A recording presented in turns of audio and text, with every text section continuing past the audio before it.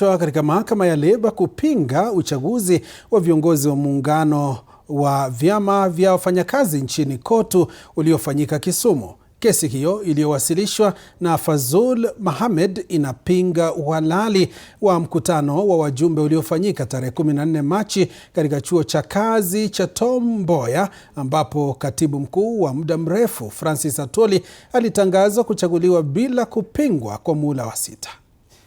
Mlalamishi anadai kuwa mchakato wa uchaguzi ulikiuka ratiba rasmi ya uchaguzi iliyoafikiwa na vyama vya wafanyikazi.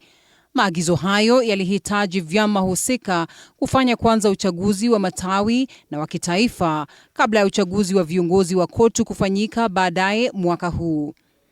Mohamed anadai kuwa shirikisho hilo lilifanya uchaguzi wake mapema bila kuwepo kwa wajumbe waliochaguliwa ipasavyo. Ombi hilo pia linataja dosari kadha wa kadha, kukiwemo kushindwa kusafisha sajili ya wanachama, kutokuwepo kwa daftari la wapiga kura, pamoja na ukosefu wa chombo huru cha kusimamia uchaguzi. Kwa sasa, mlalamishi anaomba mahakama kutoa amri ya kuzuia kuchapishwa rasmi kwa majina ya viongozi waliochaguliwa hadi kesi hiyo itakaposikilizwa na kuamuliwa.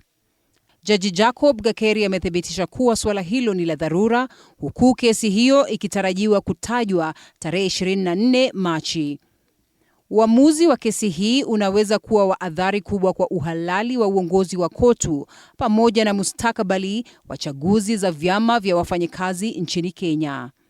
Linda Alela, TV 47.